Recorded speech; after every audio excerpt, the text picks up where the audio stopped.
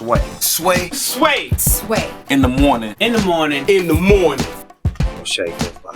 Wake your fuck ass up. That crust out your eyes. The white Doc Gooden is here. One of the greatest pitchers to step on the mound. We're going to take a few of your calls real quick. George in New York. Go ahead, George. What's up, Sway in the morning? Good morning. First time calling, long time listening to you guys. Hey, man, you're a citizen of Sway in the morning, bro. No doubt.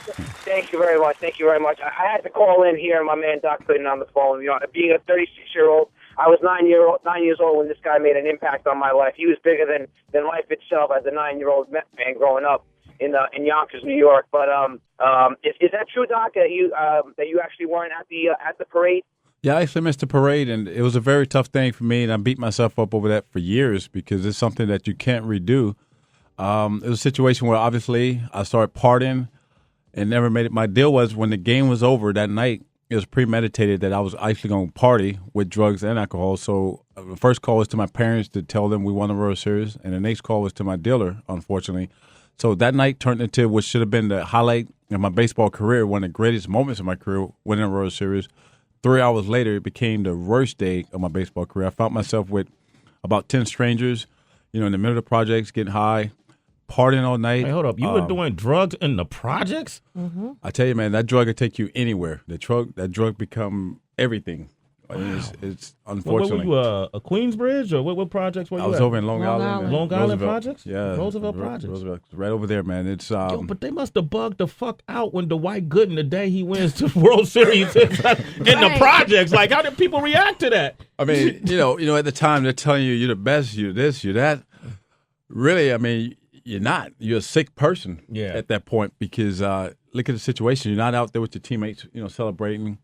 You're sitting in the projects getting high. Next thing you know, I mean, the clock is spinning out of control. You're thinking 30 more minutes, one more hour, one more hit. Next thing you know, the sun's coming up.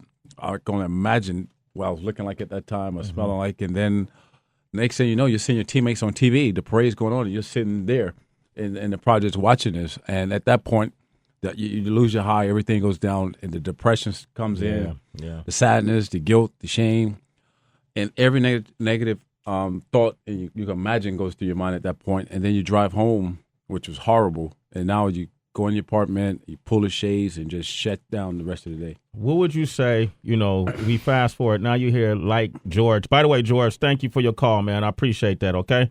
You got it, guys. All right.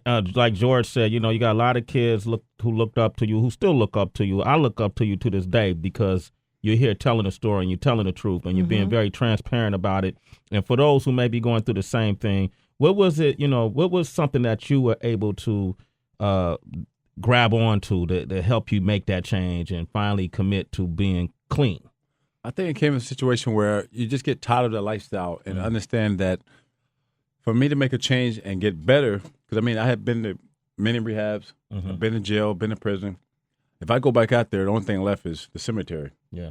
I have 7 kids, 3 grandkids, and I'm not ready for that. But at the same time, I can't do it for them. I have to do it for myself, and then I take care of them.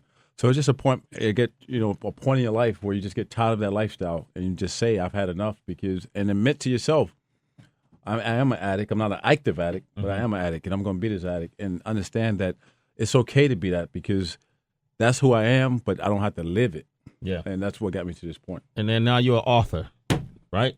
I'm Arthur. Yeah. All right. Doc, a memoir is the name of the book.